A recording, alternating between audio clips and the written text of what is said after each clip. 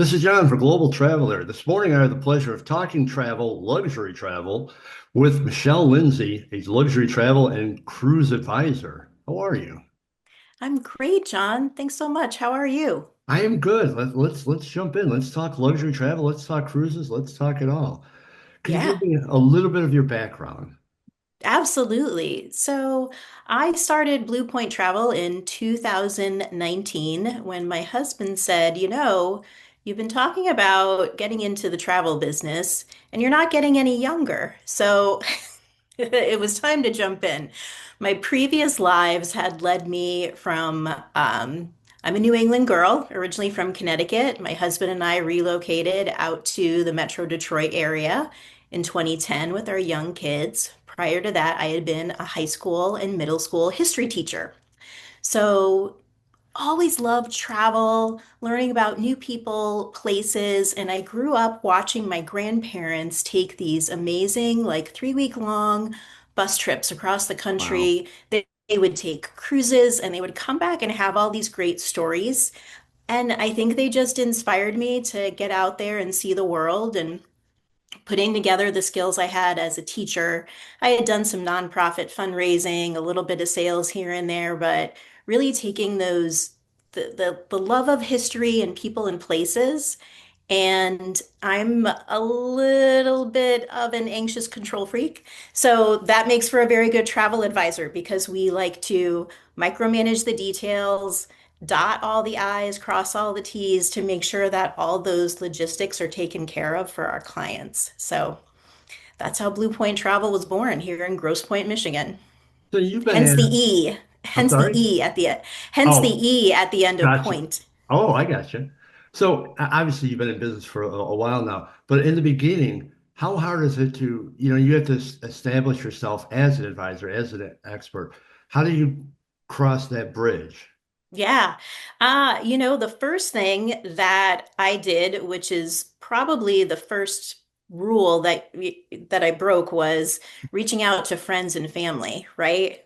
Which are not always your best client base because they know you as Michelle, the daughter, the cousin, the girl next door. But once I started to put out there in the community that I was selling travel, helping people plan their trips, the people that reached out first were the ones that knew me through my volunteer efforts, whether it was managing, my kids' local hockey team. I was involved with the schools. So people knew me from those different areas of my life where they saw me demonstrate those skills, organization, someone who you could count on and was reliable, and approachable, easy to talk to. So from there, those first clients, they spread the word and the referral chain starts. So in this ever-changing world, as we know, it could change tomorrow. How do you keep up with the various destinations? What's good, what's bad, what's new? Yeah, I think you have to first and foremost be an avid reader. Whether you're reading your local newspaper, world news, I think you need to be in tune to what's going on in the global landscape. So that's the first thing. And then it's also about professional training. Again, because I was a teacher, I take that aspect of this business seriously, and it's so much fun for me. I'm just at the end of finishing my Master Cruise Counselor certification with Cruise Lines International, working with the American Society of Travel Advisors. I'm a VTA. So again, learning about the business side, diving deep into fiduciary responsibility, legal responsibility. I think the impetus is on us as professionals to make sure that, you're not treating this as a hobby, that this is a business. We are taking care of people, their time and their money. So we need to make sure that we're taking care of that, in the most professional way that we can. Sure. And, I read an interview, or either watched or read an interview, I forget which, excuse me. And somebody asked you about your favorite moment on a cruise, and I loved your answer. I don't know if you remember it, but what would your favorite moment of the cruise be? Oh gosh. I don't remember what I had answered, but I can tell you probably a more recent favorite moment. I had the chance to take my oldest daughter to Alaska last year, and we were on Silver Sea, on Silver Muse. So she was 19, um, and she's on the younger end of things on Silver Sea, but we went out and did a whale watch. And the magic that lit up her face when she saw that first whale, not completely breach out of the water, but just to see that tail with her, um, and she lit up in a way that I probably hadn't seen since she was 5 years old. Wow. So right now, that memory warms my heart, I think, the most. Well, that kind of answered the question I had coming up. I should have been more specific. The question I had was in a general sense. I'll give you your answer too, and then you can elaborate on it. In the Okay. general sense, what is your favorite time of the cruise? And you said the first night because you're there, it's all Yeah. set. Now it's just fun Oh, time. yeah. Yeah, absolutely. The older I get, the lazier I become. So my favorite part of a cruise journey is usually the first night because I'm getting settled into my cabin. I'm getting to know the lay of the land. I like to walk the ship from top to bottom, but I've unpacked once, and I could be going to 5 or 6 different countries. I could have a couple days at sea that the 99% of the logistics are done. I don't have to think about where do I want to eat for dinner? Because if I don't feel like eating in the dining room, there's always a buffet. There's always a piece of pizza somewhere, or Oh, there's always room service. Um, and I think that the beginning of the trip is always the big exhale, right? Now you're in vacation mode. You can relax and just, focus on the people that you're with and the journey ahead. I love that answer because I'm exactly the same way. As soon as I know that I've gotten to this certain point, then it's okay. Now we can just sit back and really enjoy it, which actually brings me to my next question. Are you able to, or how hard is it for you on any trip, whether it's a cruise or a trip, to, kind of shut off your travel advisor brain and just, so you're not looking for certain things, you're just there to enjoy it. Yeah, it does get hard because you're never fully off when you own any kind of business, right? Especially in travel, because we're available for our clients 24/7. So if I have people that are in destination, usually no news is good news, but if people are flying, I'm always tracking flights to make sure my clients are getting from A to B.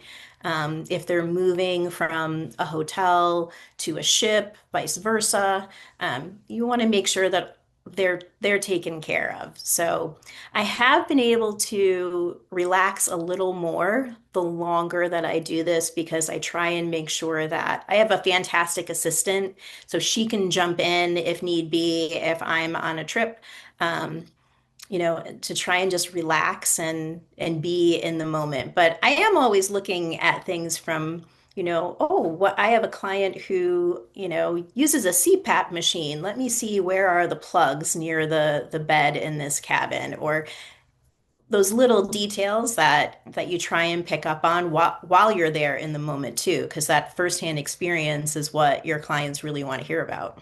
Sure. Now, obviously, your clients have their own preferences, but what is your preference in terms of when you go on a cruise or really any trip? How much of it, of the actual being there, do you like to plan versus kind of just going out and winging it?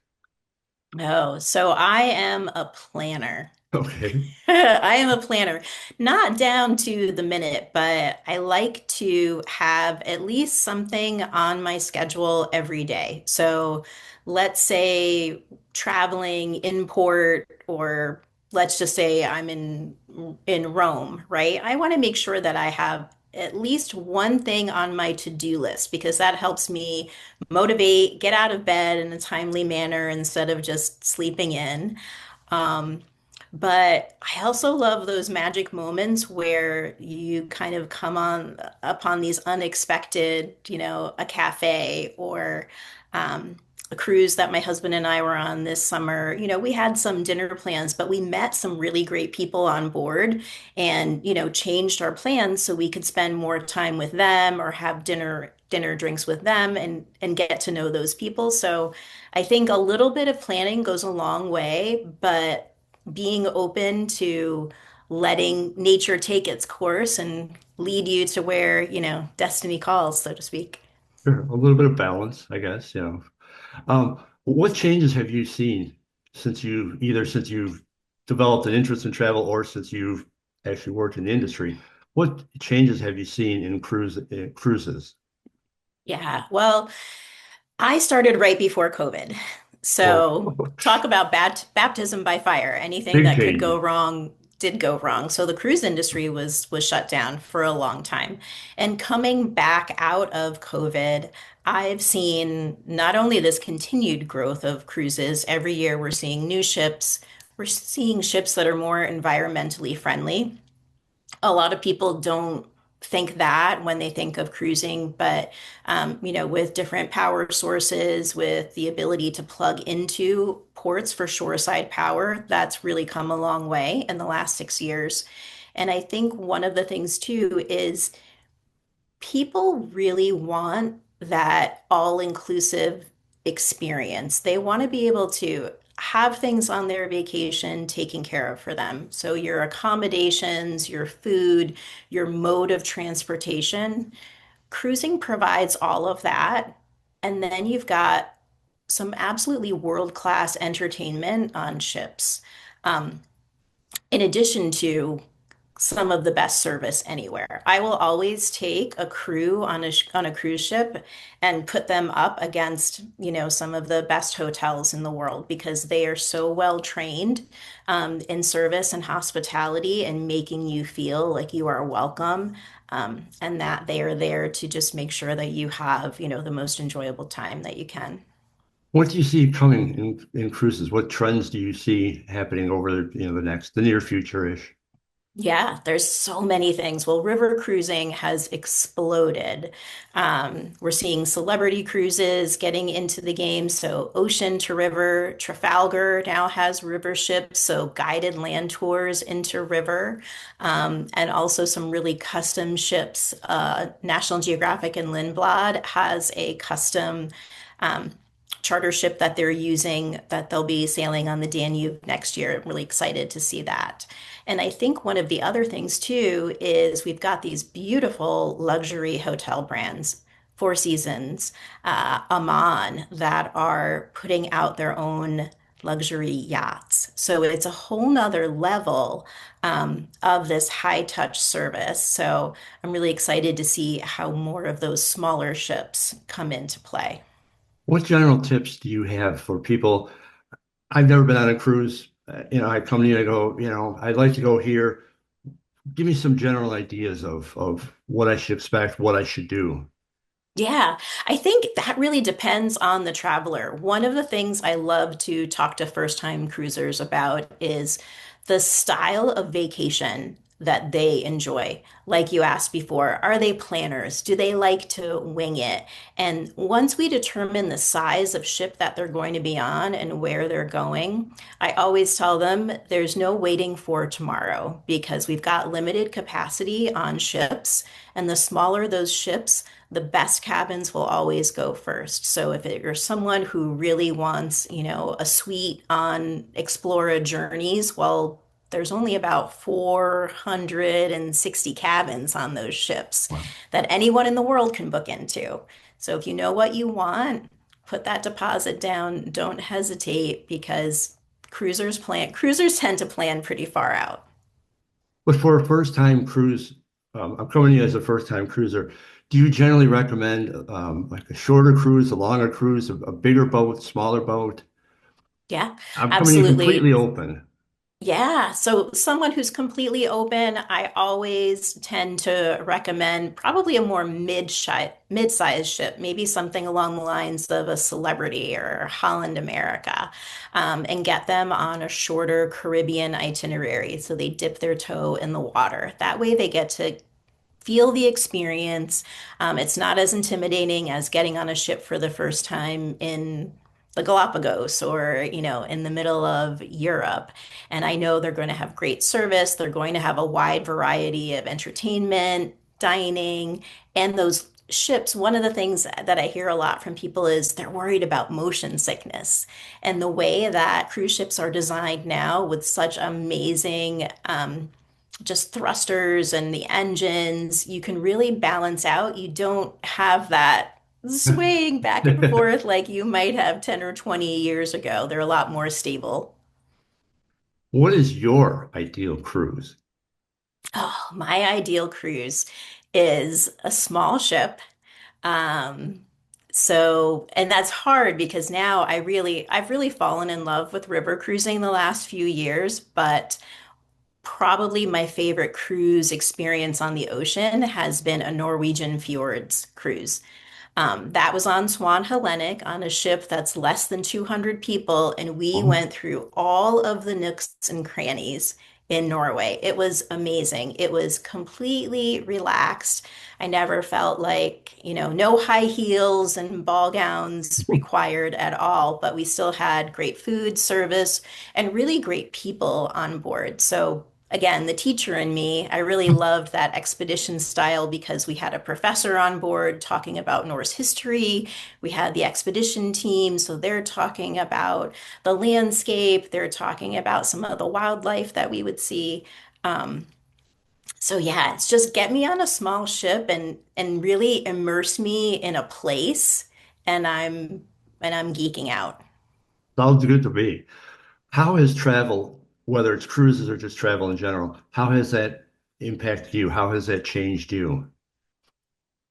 So being able to, I guess, first and foremost, help people make travel easier, right? I have clients that have become friends, people that I really enjoy as friends and people, not just as my clients, and helping them to have these experiences with friends and family has been really personally rewarding. But for me to be able to travel, whether it's with my husband, kids, with my friends, and see new places and really get to talk to people in different countries, immerse myself in those cultures. I think it just makes me a better person. Our Baltics cruise is a great example, being able to go to Estonia, Lithuania, Latvia, Poland, and talk to people who lived through World War II and Um, post-World War II occupation. It's so deeply impactful to hear their stories. That there's no way you can come back from those trips and be unchanged. yeah, I would say. So let me turn that question around then and put all humility aside. How have you changed travel? How have you impacted travel? Oh, wow. I hope that just by being someone who is a good business owner, a responsible travel advisor, and I am very lucky that I work within a great travel consortia, and a host agency, Travel Planners International, and I have a great network of other travel advisors. So I think my impact is that I lead a mastermind group within TPI. It's just a group of us, and we kind of rely on each other. And I always try and be there for my fellow travel advisors who maybe just need to talk through an itinerary, a situation. Maybe they need some help or guidance. I want to be there to support them and really foster a sense of community over competition within the industry. Any dream destination where you haven't been yet? Yes, absolutely. I'm dying to go to the Galapagos. I've had the chance to send lots of clients to the Galapagos, um, but haven't made it there myself yet, and Antarctica as well. So again, I've crossed the Arctic Circle in Norway, so now it's time to head to the South Pole. Um, I get so excited. I have clients that are leaving in just about a week for Antarctica. So I get to live a little bit vicariously through them, but certainly on the short-term list for my own personal bucket list, but also as a professional, it's important to experience those destinations, the cruises, and the logistics to better help my clients. Gotta be a little frustrating. I mean, I know you're in business to help people, but setting them up on a trip to Galapagos or wherever, knowing that you really want to go, there's got to be a little bit of, envy, Yeah, frustration. just not my time. Both of my kids are in college. I had kids at home, so leaving for 2 or 3 weeks at a time wasn't a real option for me. But every new trip could be a new bucket list trip. You kind of manage all of those, and then again, I try and plan every year when I look at my professional development trips that will take me to new country or a new continent, experience new ships, experience new hotels, so that way there's learning woven into all of those. Michelle, I really appreciate your time. I appreciate you enlightening us, everybody, on travel. I appreciate what you do for travel in general. Before I let you go, tell everybody where they can find out more information. Absolutely. My website is bluepointtravel.com. So Blue Point with an E, just like in Grosse Pointe, Michigan.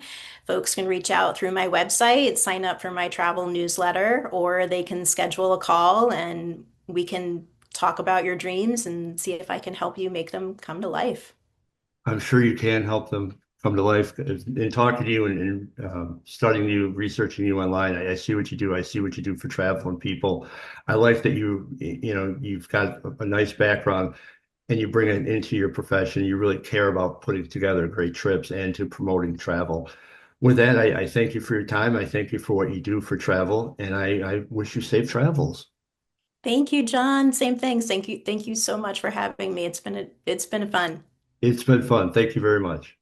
Thanks, John. Take care. You too.